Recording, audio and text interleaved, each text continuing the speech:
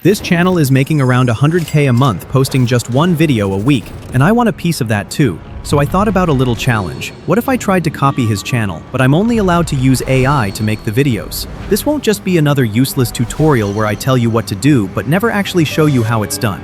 Not this time. Because today, I'm gonna show you everything. I'll reveal my secret blueprint to create videos like these. I will tell you how to brand your channel, how to escape low-view jail, how to write killer scripts, and lastly, how you can create these super viral thumbnails.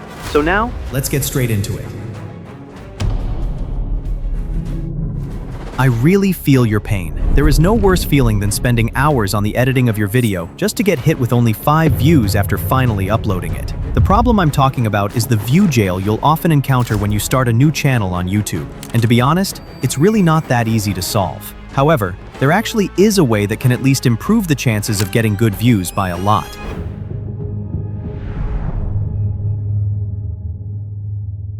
The first and most important step is to enable 2FA in your channel settings. To put it simply, if you don't do that, you lower your channel's chances of getting views completely. Enabling 2FA proves to YouTube that you're not a bot, but an actual genuine human. It's completely up to you if you want to do that, but from my experience on my other 7 channels, the ones where I did enable 2FA got views much faster and performed way better. Another crucial thing is to optimize your SEO. In my case, these keywords would be documentary, hacking, and 3D animated documentary. You really don't want to spam too many. Just use 3 to 5 simple keywords that describe your channel the best. And now comes the pro tip that I use myself to ensure that my channels will always get views the minute I upload them. Warming up your channel before posting. And what I mean by that is that you should spend at least 1 week just scrolling on YouTube, watching and interacting with videos. You should write comments, like videos, and subscribe. Basically engage as if you are a normal YouTube user. That step is often overlooked, although it can be the key difference that makes your videos pick up views way faster. Once you did all that, we're finally done with the setup part, and we can move on to the actual video creation process. The worst thing you can do when starting a new channel is to rush the process of finding the right niche. So to maximize your chances of success, you need to find a smaller sub-niche within the broad documentary niche first. Big niches always have a lot of competition, and while it's still possible to go viral in these, it might take longer for your videos to find the right audience. For this challenge, I will go with the hacking sub-niche since these kinds of videos always go super viral quickly, and there's also much less competition in that niche compared to general documentaries. I found this niche using a tool called NextLev, which saves you a lot of time researching. It recommends you viral niches that other people are doing right now, and a lot of times you'll even see some really untouched niches that barely anyone is covering. One thing you might have noticed while watching this is that a lot of these documentary channels have very strong and clean-looking branding, which makes their channels appear extremely professional. So, to achieve perfect branding for our channel, we need a channel banner, a logo, and most importantly, engaging thumbnails that always follow that same exact style.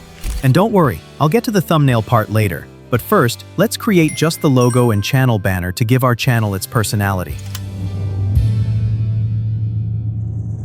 First of all, head over to ChatGPT and paste in this prompt, which you'll find in the PDF file I've linked in the description. That's also where you'll find all the other prompts I will use today. This prompt is a template that makes ChatGPT give you a perfect prompt for your logo. You only have to change the channel name to your own. After you got the prompt and copied it, open Leonardo.ai and go to the text-to-image feature. Don't forget to change the image dimensions to a 1:1 ratio to match the format for logos. Now just paste in your prompt and wait for the results to load. As you can see right here, Leonardo AI created us 4 different pictures that we can now choose from. Just choose the one you like the most and download it by clicking the download button above the image. With this new logo in place, our channel doesn't look as soulless anymore. However, we still need a banner. For that, we will use Canva because it lets us create them very easily. So head over to Canva, click on the Templates menu, and then write YouTube Banner in the search bar at the top. Now you'll see hundreds of templates that we can use and edit. Look for one that best fits our style, open it, and then click on Customize this template. First of all, I want to change the background color to something yellowish to match our logo's colors. Then I will also change the font style to something that looks better. After that, I'll remove the bottom text and type in my channel name in the upper one. When you're done and happy with the result, click on the share button at the top, and then simply download your banner. Finally, head back into YouTube and upload it. Now we've successfully branded our channel.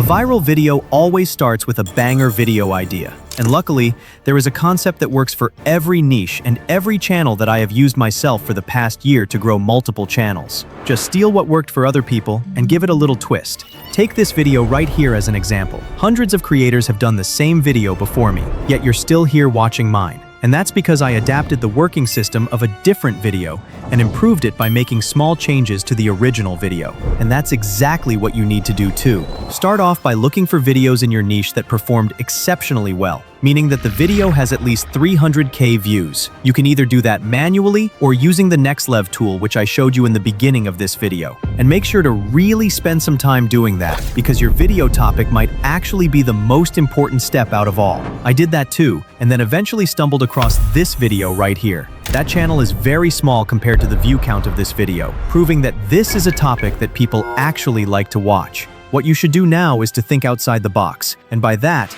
I mean try to identify what you could change to make a similar video, but with a different approach. For example, you could add more detail, add insight on the police work behind that case, or a completely different style of storytelling altogether. All of that would make for a similar but different video that should perform just as good in theory, simply because it follows the viral concept of the other video.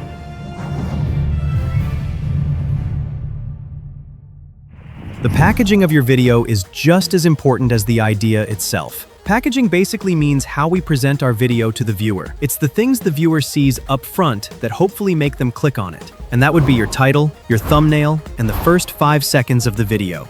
Now you might be asking, what do the first 5 seconds have to do with my title and thumbnail? The viewers cannot even see my video until they click on it. And yeah, you're kind of right, but also very wrong, because there actually is a play option for videos if you hover over them. And if you do that, the video starts to play in mute mode. I know, it's only a very small detail, but just these 5 seconds can make the difference. And that's why the first 5 to 10 seconds of your hook should always match what the title and thumbnail promise. But let me give you guys an example. If someone clicks on a video titled, "I survived 100 days in the desert," and then in the hook you start to talk about how you make money with trading, they will exit the video immediately because it's just not what they came for. Mr. Beast really is the master at this. His hooks match the title and thumbnail perfectly every single time.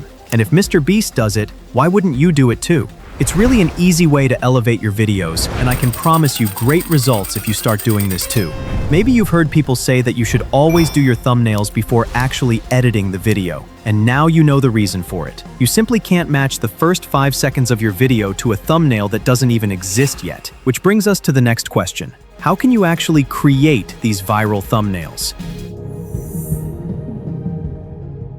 The first thing you need to do is to go on YouTube and search up the video you want to recreate. Once you've found it, copy the video link and head over to youtube-thumbnail-grabber.com. Paste the link here, and the site will give you download options for the thumbnail. Choose the one at the top that says 1280 by 720p and download it. Now head back over to ChatGPT and paste the same prompt like me. ChatGPT will then give you a prompt that changes the original thumbnail to something that looks very similar but is still different looking. That will ensure that our video follows the viral thumbnail format while still remaining original and appearing fresh to the viewer. Now just copy the prompt, go on openart.ai, click on image, and paste the prompt. Add the thumbnail you've just downloaded to the image reference and set the image dimensions to a 16:9 ratio. However, before you click on create, don't forget to choose the right image generation model. And the model you should use depends heavily on the look you want to achieve. But if you want the typical YouTube thumbnail look, I would go with Seedream 4.0. If you want your thumbnail to include a lot of text or generally more complex topics, better go with Nano Banana. I will use Seedream 4.0 because I already know that this will give me the best result for this kind of pinboard thumbnail. Now we can click on create and wait for the AI to finish. Once done, simply click on the image and then on download as PNG. As you can see, the thumbnail looks incredible and will definitely make for a viral video. And yeah, that's basically it for the thumbnail part. Just remember that you can basically recreate any kind of thumbnail this way, not just the pinboard one like I just did. The only difference would be that you would have to use different prompts in order to do that. If you want me to make a tutorial on how to create this type of thumbnails, let me know in the comments and I will do one as fast as I possibly can. Now that we got the thumbnail, we still need an engaging title. And personally, I like to stay true to the original one since it's a proven format that already worked great for someone else. So I will just go with The Kid That Hacked GTA 6. That title perfectly emphasizes our thumbnail and creates a strong packaging for our video. Keep in mind that the title and thumbnail need to work together as one unit to make people click. With our packaging ready, we can finally get to the actual creation of our documentary video. So let's start by creating the script. For that, we'll be using Claude. Claude Sonnet 4.5 has by far the best ability for creative writing, so you really want to go with that rather than ChatGPT. And trust me, with a script made in Claude, you will definitely stand out. Anyways, head over to Claude and open a new chat. Then go to YouTube and copy the video link of the original video we want to recreate. Then visit youtube-transcript.io and paste the link here. The site will automatically analyze it and give us the exact script of the video. So just click on copy and head back over to Claude. Now paste the script here and write the same prompt like me. Claude will analyze the entire script and give us a very long prompt that tells us exactly what this video is about and how it's structured. This will also serve as the structure for our video. So now copy that analysis, paste it in a new message, and again use the exact prompt that I'm using. But don't send the prompt out already, because as you see in my prompt, I mentioned that I will attach a script of Fern's YouTube channel. I included that to give Claude a sense of the style and language that it should use. So let's do that now.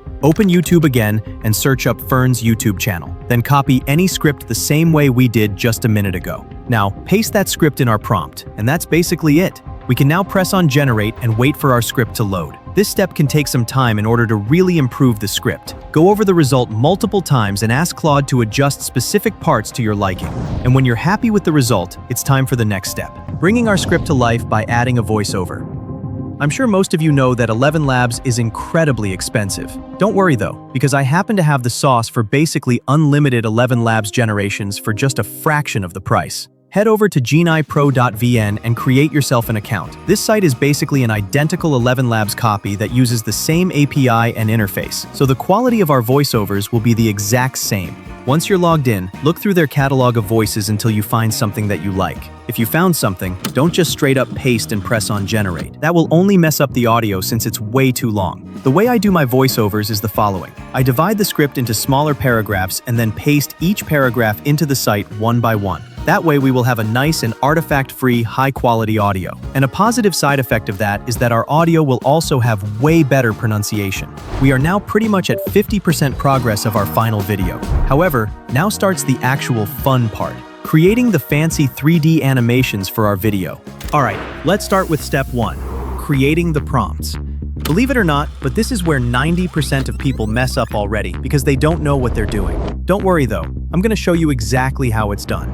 First, open ChatGPT and search for Documentary Style 3D Image Generator. Now, you've got two options, and choosing the right one will save you hours of frustration. Option 1. You can paste an existing image, maybe a screenshot from a documentary video you liked, or any other reference photo. ChatGPT will analyze the style and composition, then create a prompt for an image in that same exact style. However, I would go with option number 2, using ChatGPT to write out a prompt based on your own instructions rather than a reference picture. Most people's prompts look like this, and then wonder why their results look terrible. Here's what you actually need to do. You have to think like a cinematographer. Describe the lighting, the mood, the camera angle, and the textures as detailed as possible. These details make the difference between amateur look and Hollywood quality. Remember that the result can only get as good as the prompt you give the AI. However, there's still more we need to do, because we actually need two prompts, one for the image generation and a completely separate one for the animation. So when you're in that GPT, make sure to specifically ask for both. And don't forget the camera movement. A static shot kills engagement and even makes the best scenes look boring. If you're not familiar with camera movements like dolly, pan, or crane shots, just describe what you want the camera to move like. For example, camera slowly moves from left to right with a subtle zoom. That should work just fine since this GPT model is specifically trained to understand both technical and plain language. Now, once the GPT gives you those two prompts, it might ask if you want it to generate the image right away. Do not make the mistake and say yes. ChatGPT's image generation is good, but there's actually a much better method that gives you way more control and consistently better results, which I'm going to show you in step 2. Step 2. generating high-quality images that we can later animate. Head over to openart.ai and click on Image in the navigation menu. Now, paste in that first prompt for the image we just created. But don't click on Create just yet. There's actually a few adjustments we need to make first. Start off by choosing an image model that best fits your style. Take your time to test out as many as possible, because picking the wrong one will ruin your entire aesthetic. However, for that documentary-style realism, I recommend 3 specific models. Nano Banana. This one's perfect for stylized but realistic humans. Sea Dream 4. It's great for environments and atmospheric scenes. Or Google Image Gen 4, when you need that extra photorealistic touch. After you found an image model you like, don't forget to set the output size to a 16:9 ratio to match the requirements for YouTube long-form videos. Then click on Create and wait till the AI finishes creating the image. Usually, OpenArt is incredibly accurate, and you only have to generate 1 to 2 images per scene to get a result you can work with. That's why I recommend using OpenArt over any other image generation model. It's just so responsive and optimized for these kind of images. But hold up, we've got a big problem now. These images aren't 4K quality, which is the standard for documentary-style animations. 1080p quality just doesn't look as crispy and clean. Don't panic though, I've got an easy solution for this that I'll reveal in just a minute. But first, we need to actually bring these images to life and start animating them. And this is where things get really exciting. What used to take me 8 to 12 hours in Blender now takes literally 2 minutes. Head over to cdanceai.net and upload your image by dragging it into the blue box. Remember that second prompt we created earlier? This is where we need it. Paste the movement prompt and set the resolution to 1080p and the duration to either 5 or 10 seconds depending on your scene and movement. If you have a scene with a lot of sequential movement, like a person opening a door and then drinking a coffee, better choose 10 seconds so the AI does not mess things up trying to squeeze it into a 5-second clip. When you're done, click on Generate Video and wait for the AI to finish. Yes, it takes slightly longer, but the quality of the video will be much better than any other image-to-video generation tool. Out of all the image-to-video services, Cdance is by far the best. Not only does it follow everything you include in the prompt, but it also has the best quality and is the most consistent without creating weird artifacts like Runway or Pika. However, our big problem remains. We're still stuck with 1080p resolution. But as I promised, I've already found the solution for that. We can get rid of the bad quality by upscaling the video with Topaz AI. So here's how to do that. Open Topaz and import your video, then just copy the same exact settings that I use. This doesn't just upscale your video, it also enhances details, reduces noise, and adds that crispy sharpness to your scene. And that's literally it. Now you have an amazing 4K quality 3D animation just like professional YouTubers. If this video helped you out, consider joining the waitlist for my YouTube automation program launching soon. There, I'll reveal the exact strategies on how you can turn YouTube into a $10,000 a month business and enjoy your life to the fullest.